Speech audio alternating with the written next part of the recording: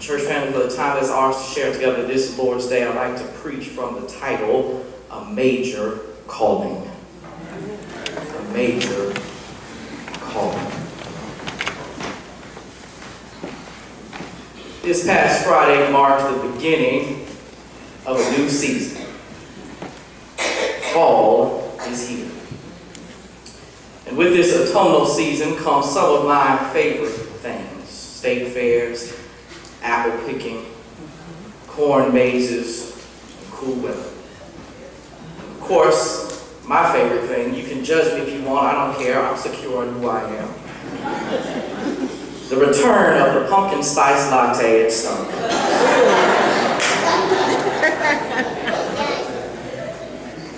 But perhaps nothing says the return of fall more than the return of football. Amen. This year's kickoff of the professional season has been different, to say the least.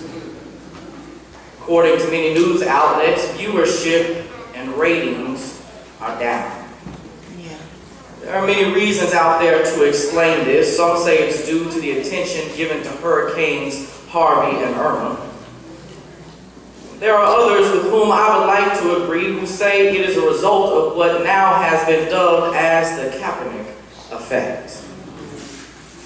For the sake of making sure that everyone is on the same page on a Sunday morning, Colin Kaepernick, that former 49ers quarterback after whom this effect is named, has become the center of a national and, as of late, even a presidential controversy.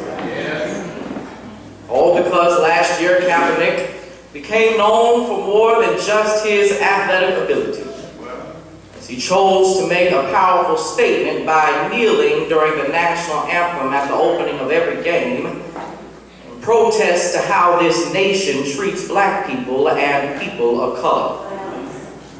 When asked why he refused to stand during the national anthem, Mr. Kaepernick said, "I am not going to stand up to show pride in a flag for a country that oppresses black people and people of color." Mr. Kaepernick went on to say, "To me, this is bigger than football.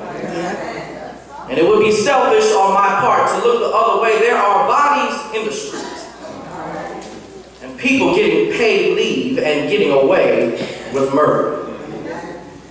Unfortunately, this prophetic stand in the form of a prophetic kneel cost Kaepernick his position on the team. No other team would pick him up for this season because of his controversial stance. This has led to a boycott of the NFL, one in which I am participating, and you may choose to follow however your conscience leads you. No judgment from me.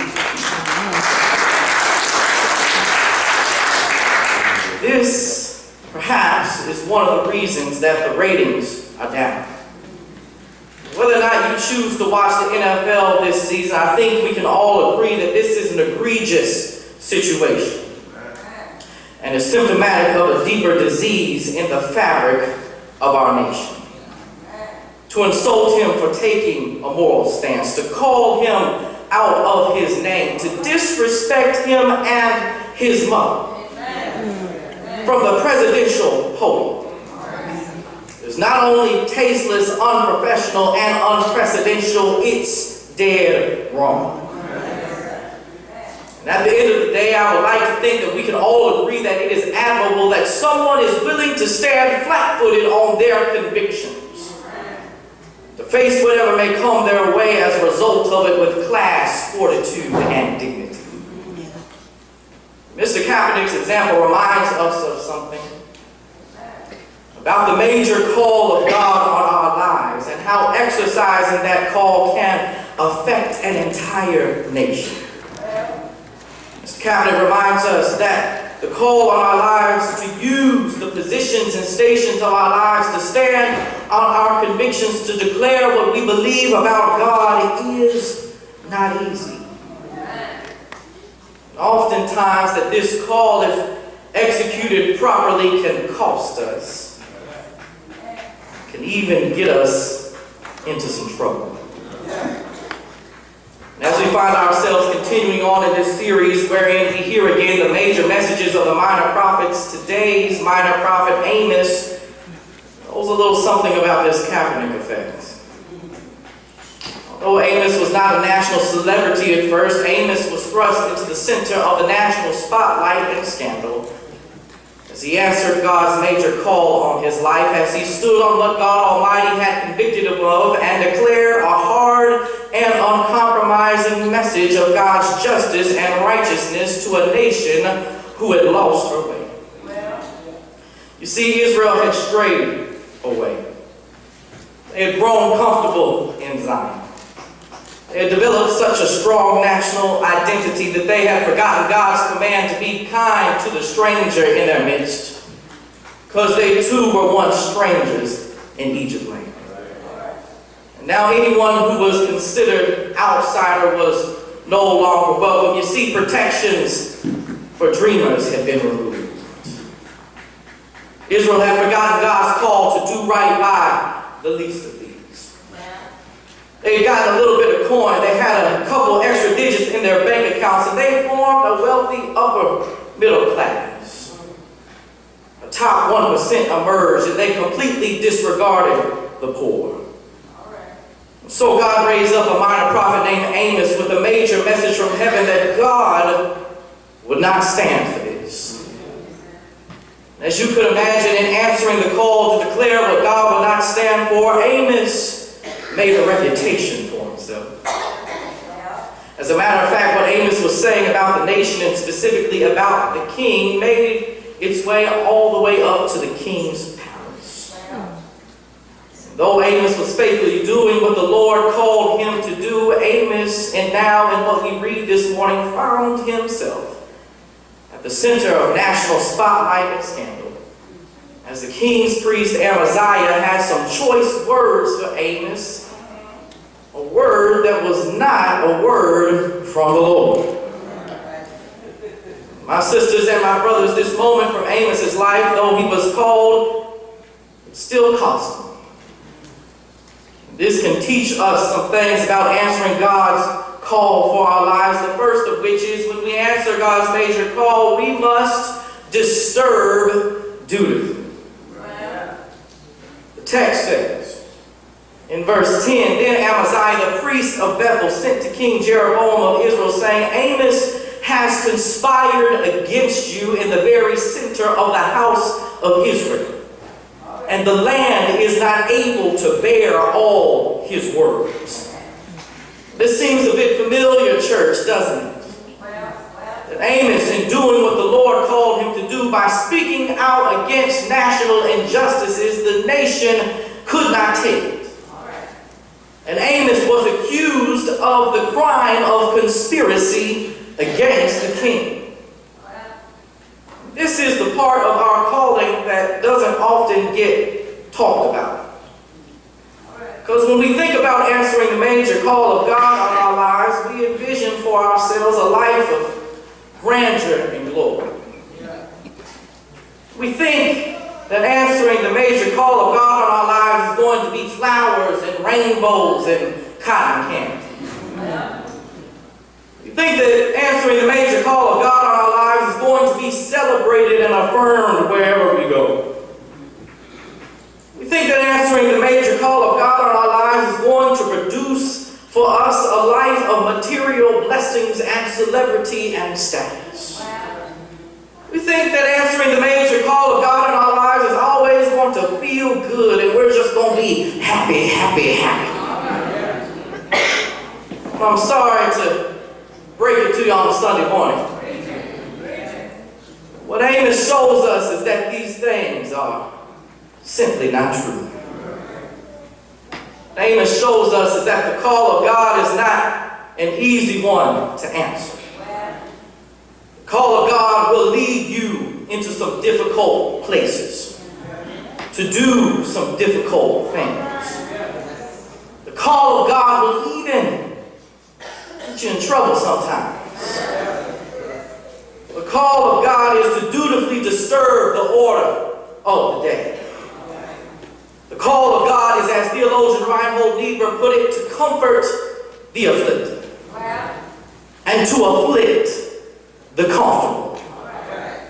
And whenever you do that, whenever you comfort the afflicted, whenever you come to the aid of the least of these, attempting to move from drive-by and drop-off community service to justice-oriented work, whenever you defend dreamers and attempt to secure a better life for all despite legal status, whenever you stand up for those who have no one to stand up for them, you're going to get in some trouble. Whenever you afflict the comfortable, whenever you call your congressperson and tell them to vote no on the Graham-Cassidy bill that endangers the health of millions, whenever you protest in the street over whatever that crazy man in the White House has said last, whenever you take a knee to the racial injustice on which this country was built, in which this country refuses to deal with in any productive manner, when you do this, though it is right, though it is the call of God, it's going to disturb somebody. We can't be afraid of disturbing some folks. It is our duty to disturb these unjust systems and the people who perpetuate them. After all, if the president can get up in front of the United Nations and say that he is going to totally destroy North Korea, if he can get up and call somebody everything but a child of God, surely the church ought to be able to say something. Surely the church ought to be able to say something on behalf of justice. Surely the church ought to be able to say something on behalf of righteousness. Surely the church ought to be able to say something on behalf of God Almighty. Because if the devil won't be shamed, why should we?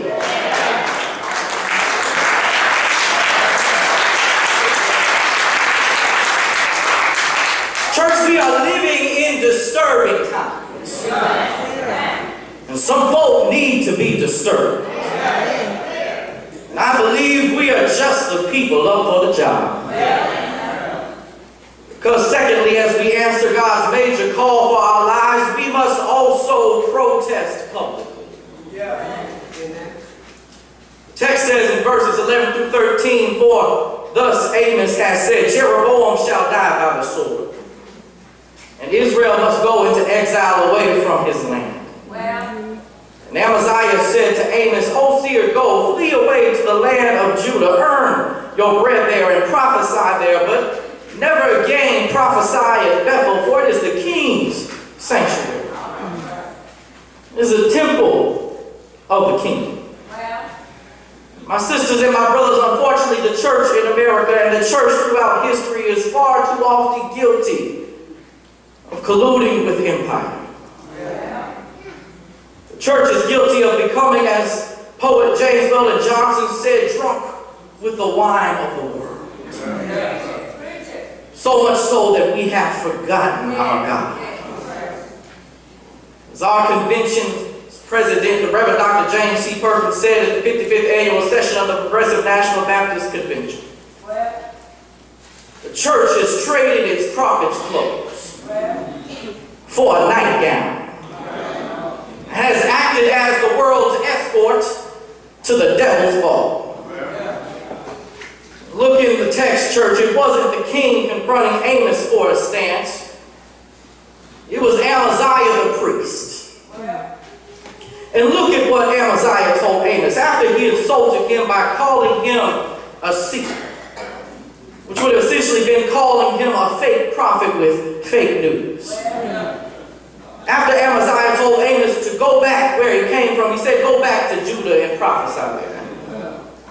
The priest Amaziah said, never again prophesy at Bethel. For it is the king's sanctuary, and it is a temple for the king. But wait a minute. If my Hebrew is right, and I know it is because I looked it up in the dictionary, Bethel means house of God. Now this leads me to ask, how can Bethel,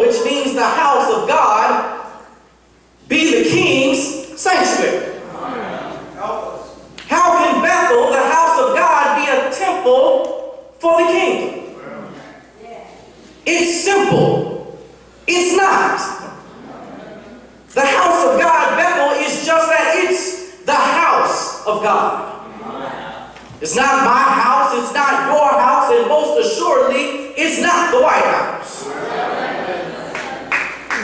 It's Bethel. It's the temple, it's the sanctuary, it's the house of God. And for it to be called or used for anything else but that moves us as the people of God from being prophetic to being pathetic.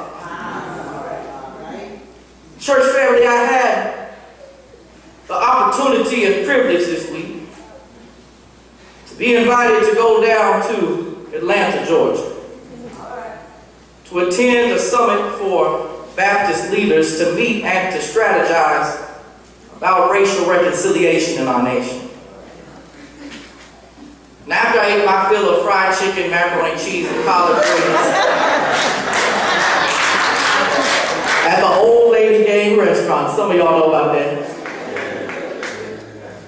I headed on over to that summit. And in one of our sessions, we were briefed on the latest developments as it concerns the Johnson Amendment, the code that prohibits churches from endorsing political candidates due to their 501c3 status. If you didn't know, the president is trying to remove that amendment in an attempt to allow some white evangelical churches to endorse and to openly fund his platform with church money. One of the pastors in this session raised his hand and asked, why don't we just do that thing? Take away the Johnson Amendment and make it honest, because we all know that Baptist preachers do it anyway. The presenter said something good. He said the only person a church should ever endorse is the Lord Jesus Christ.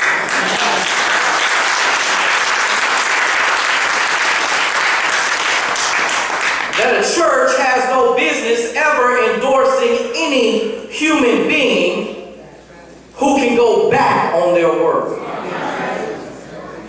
Because when politicians do go back on their word, and they will, no matter what side of the aisle they're on, the church will then have no prophetic voice to speak out with authority on the issues that demand our moral attention.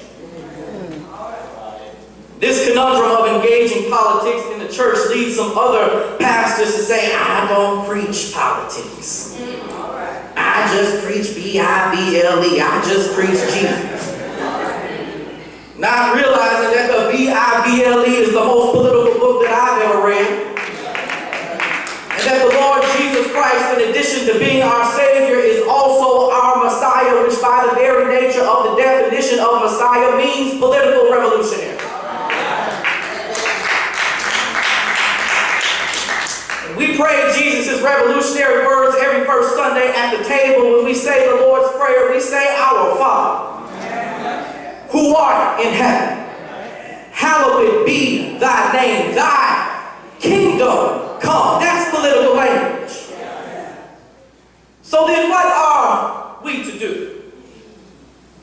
Because a church that is a handmaid of the state, or a church that is a servant of society, or a church that is only concerned with comforting folk into a spiritual low, will go from being of service to being servile.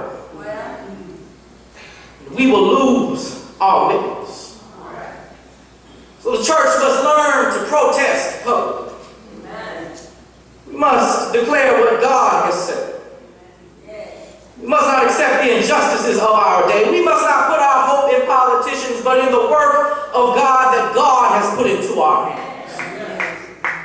We must not sell ourselves out for a position on a city board. We must speak truth to power and keep our hands and our pockets clean.